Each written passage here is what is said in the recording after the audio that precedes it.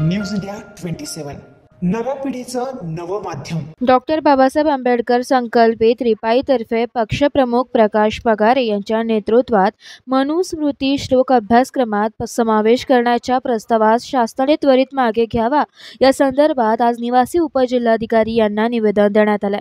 समाजातील अनिष्ट रूढी व परंपरांचा तीव्र निषेध करून विश्वरत्न डॉक्टर बाबासाहेब आंबेडकर यांची यापूर्वीच मनुस्मृतीचे दहन केले होते। डॉक्टर बाबासाहेबांनी महाड येथे या जुलमी व ज्याचा कटींचा जाहीर निषेध देखील केला होता।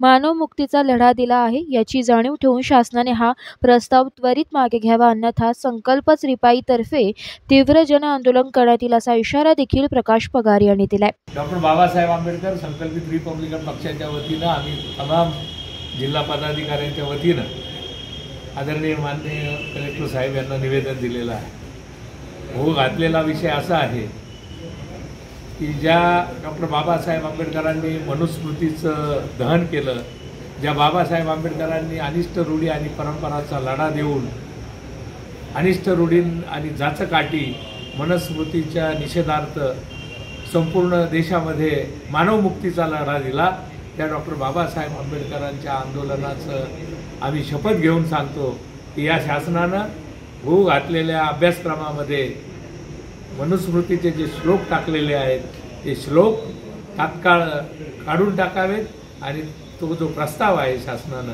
तो रद्द करावा अशी आमची तमाम आंबेडकर प्रेमी जनतेची, रिपब्लिकन पक्षाच्या तमाम कार्यकर्त्यांची, पदाधिकाऱ्यांची मागणी आहे। आणि हे तात्काळ जर हा प्रस्ताव शासनानं काढला नाही, मनुस्मृतीचा अभ्यास आणि श्लोक जर अभ्यासक्रमामध्ये जर टाकला तर आंबेडकरी जनता पेटून उठल्याशिवाय राहणार नाही। मी शासनाला इशारा देतो की येत्या 10 दिवसामध्ये हा प्रस्ताव मागे घेऊन तात्काळ निर्णय द्यावा ही आमची तमाम आंबेडकरी चळवळीतील कार्यकर्त्यांची, पदाधिकाऱ्यांची मागणी आहे।